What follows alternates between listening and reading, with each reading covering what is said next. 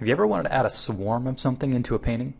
Maybe falling leaves or snowflakes or something like this flock of birds here. Well, one tempting solution is to just find a photo on the internet and slap it on top of your painting. Well, don't do this.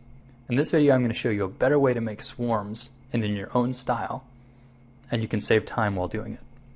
So computers lack the ability to add expressive quality to work, but one thing that they're great at is making copies of things. So the basic concept behind this technique is to duplicate layers and then tweak them to make them look random. So in this example, my goal is to create this large flock of birds. So the key first step is to find out what your individual repeat units are. So in this case, I looked at some photos of flying birds and flocks of birds, and I decided that about 3 different poses was really probably all I would need to create the randomness that I was going for. So I painted each on its own layer.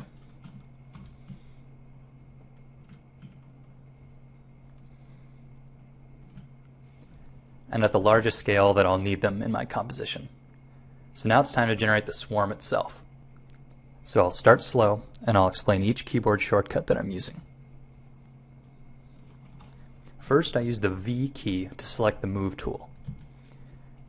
And regardless of which layer I have active, I can hold down the Control button and left click, and it'll instantly select whichever layer I'm pointing at. Once I've got the right layer selected, I let go of Control, and I hold down Alt and click drag to create a duplicate. Okay, I'm going to repeat that because this is a really important sequence. With the Move tool, hold down Control to select a layer, let go of Control, hold down Alt, click and drag, then let go of Alt. And now you've got a duplicate. This is going to be a really important sequence once we get going here, because I'm probably going to have 30 or 40 layers before too long.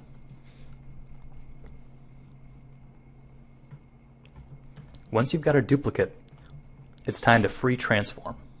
This is Control T on your keyboard, and if you hold down Shift, you can uniformly free transform, or without Shift, you can skew in this way. And right-clicking will give you an extra set of options, and I like to use Distort.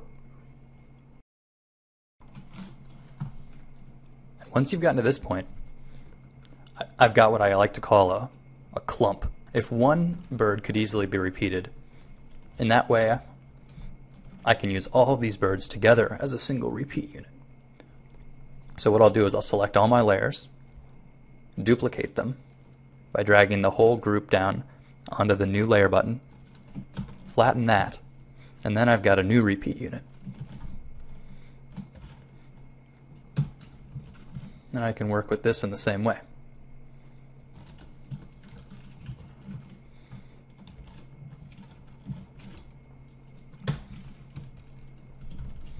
It could be that I want to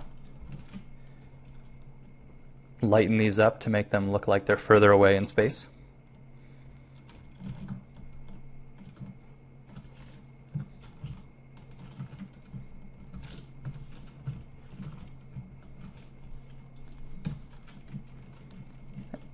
And then I can flatten 3 clumps down and I've got an even smaller repeat unit. Birds off in the distance.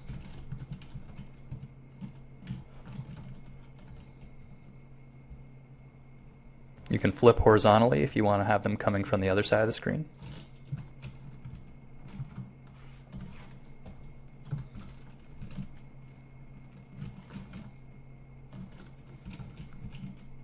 Now when you're flattening, remember to leave some of these birds individual.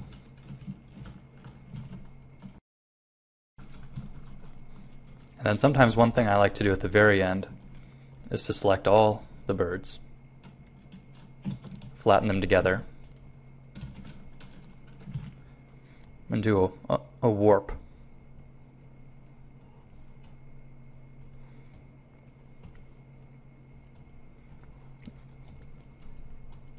And this will add a line of action to all of them simultaneously.